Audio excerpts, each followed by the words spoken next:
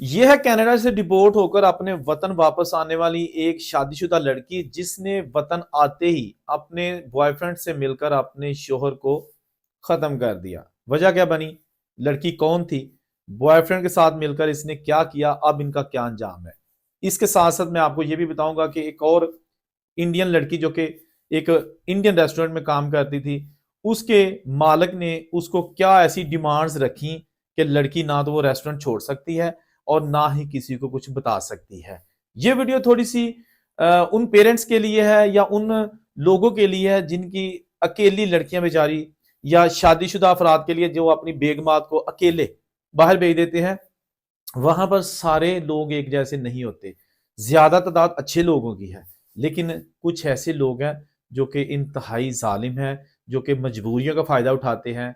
तो सबसे पहले बात करेंगे रुपिंदर कौर नामी ये लड़की जिसका ताल्लुक इंडिया से है। ये 2019 को कनाडा जाती है स्टडी वीजे पर, पढ़ना शुरू कर देती है और इसकी शादी फिर बाद में 2023 में होती है एक ऐसे अमीर सिख लड़के के साथ। इंडिया में ही ये लड़की वापस इंडिया आती है, उस लड़के के साथ इसकी धूमधाम के साथ शादी होती है। लड़की फिर दोबारा चली जाती है वापस कनाडा कि अब मैं जाके तो आपके डॉक्यूमेंट्स बनाऊंगी, यानी कि अपने हस्बैंड के, और फिर हस्बैंड आ जाएगा तो इकट्ठे जिंदगी गुजारेंगे कनाडा में। लेकिन लड़की को जाते ही वहां पर एक ऐसा इंडियन लड़का मिल जाता है कि जनाब उसके साथ ये रंग दलियां मनाना शुरू कर देती है। और फिर देखिएगा कि ये स्टोरी जाती किस तरफ है। रंग दलियां मनानी शुरू कर देती है, दिन रात इकट्ठे रहते हैं, और फिर जनाब ये पीछे जिसका हस्बैंड, इसको कॉल करना हर चीज इसका जो है ना वो कम कर देती है। वहां पर कुछ ऐसी हरकत होती हैं कि इसको वहां पर लड़की को जो है ना वो डिपोर्ट कर दिया जाता है 2024 में। शादी के एक साल बाद ही लड़की डिपोर्ट हो जाती है इंडिया। इसके साथ ही वो लड़का जो है ना वो भी वापस आ जाता है, जो वहां पे इसका बॉयफ्रेंड बना हुआ था। इंडिया आ जाते हैं दोनों। लड़की अपने ससुराल वालों के घर रहती है, अपने हस्बैंड के साथ रहती है, लेकिन छुप छुप के अभी भी वो कनाडा से जो बॉयफ्रेंड आया हुआ था उसके साथ मिलती है। इनका रिलेशन बहुत आगे जा चुका था। हस्बैंड को शक हो जाता है और वो इस पर थोड़ी सी मजीद नजर रखना शुरू कर देता है। लेकिन लड़की जो ना इसका इश्क अंधा होता है, यहां तक कि एक दिन वो प्लान करती है कि क्यों ना अपने हस्बैंड को रास्ते से हटा दिया जाए, बॉयफ्रेंड के साथ शादी कर ली जाए, इनका मालो दौलत जो है ना वो भी हथियार दिया जाए, क्योंकि ये लोग लड़के वाले जो थे ससुराल वाले पैसे वाले थे। अपने बॉयफ्रेंड के साथ मिलकर ये जनाब ड्रामा प्लान प्लान करती है।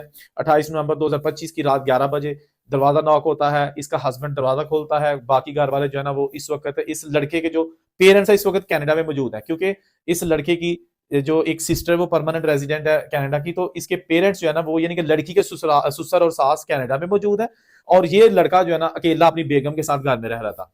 खातून ने आशिक को बुलाया, इसको मार डाला। उसके बाद इन्होंने सारा घर से जितना भी जेवर माल स्वाब था लूटा।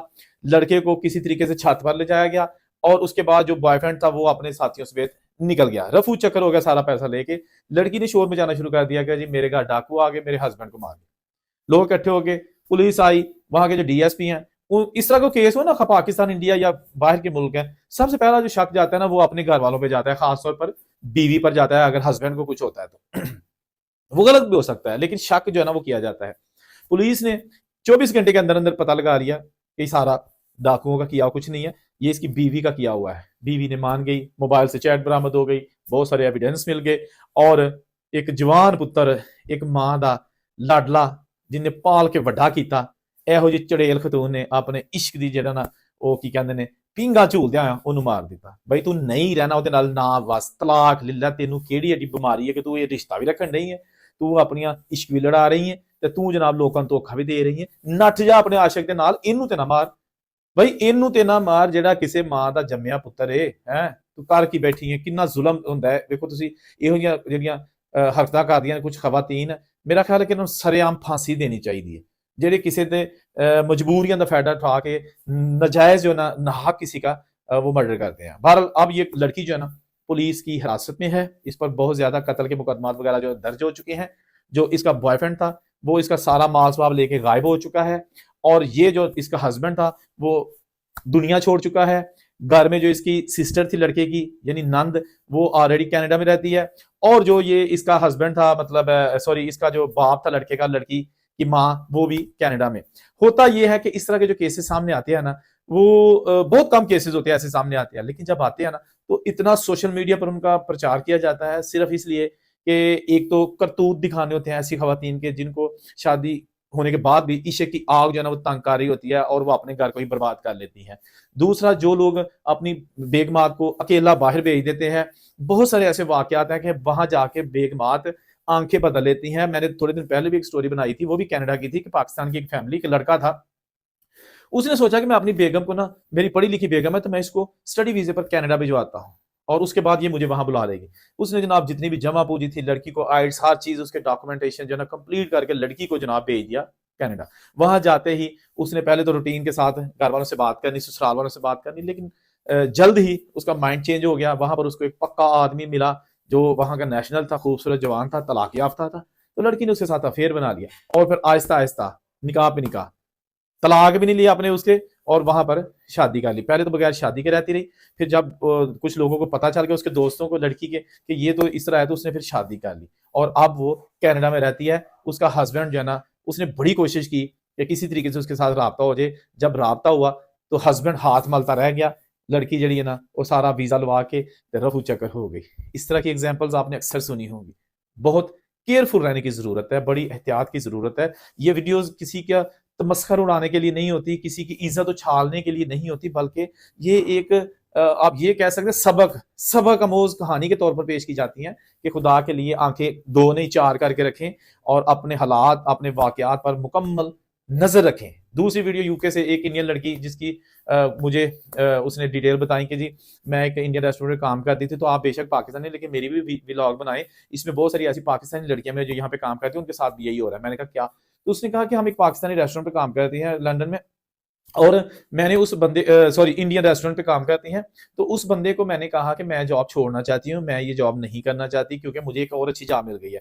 तो वो मुझे ब्लैकमेल कर रहा है कि मैं आपको नहीं छोड़ूंगा जब तक मुझे कोई नया बंदा नहीं मिलेगा। मैंने उससे कहा ठीक है, एक महीना, हालांकि 2 हफ्ते का नोटिस था, मैंने 1 महीना हो गया और उसके बाद अभी तक उसने मेरे 3 महीने की सैलरी दी और मुझे ये कह रहा है कि मैं आपको डिपोर्ट करवा दूंगा, आप स्टूडेंट पे हो, आप फुल टाइम जॉब करती हो, कैश इन हैंड पे जॉब करती हो, तो मैं आपको जो है ना वो डिपोर्ट करवा दूंगा। तो लड़की कहती है मैंने बहुत मेहनतें की, बड़ा कुछ किया, लेकिन वो लड़का जो है ना वो कहता है कि आपके सारे सबूत मेरे पास हैं, कैमरे में कब आती हो कब जाती हो, तो खुदा के लिए वीडियो बनाएं कि जो लड़कियां वहां पर और भी फंसी हुई हैं किस तरीके से वो निकल सकती है। तो मैंने कहा जी मैं कोशिश जरूर करूंगा कि उस रेस्टोरेंट वाले से बात की जाए, पता लगाया जाए कि वो लड़कियों को इस तरह मजबूर क्यों करता है, उनको उनकी मजबूरियों का फायदा क्यों उठाता है। ये क्या हमारे देसी लोग ही रह गए हैं जो देसी वर्कर्स का खून निचोड़ते हैं? एक चीज मैं आपको क्लियर कर देता हूं कि आप, मैंने भी बड़ी दुनिया घूमी है फिरी है, जो लोग होटल इंडस्ट्री से वाबस्ता हैं या क्या किसी भी ऐसे बिजनेस में जॉब करते हैं, लड़कियां लड़के, वहां का मालिक पाकिस्तानी या इंडियन है या बांग्लादेशी, तो वो क्या करते हैं कि सबसे ज्यादा जो माली इस्तेहसाल है वो हमारे देसी करते हैं, देसी लोगों का।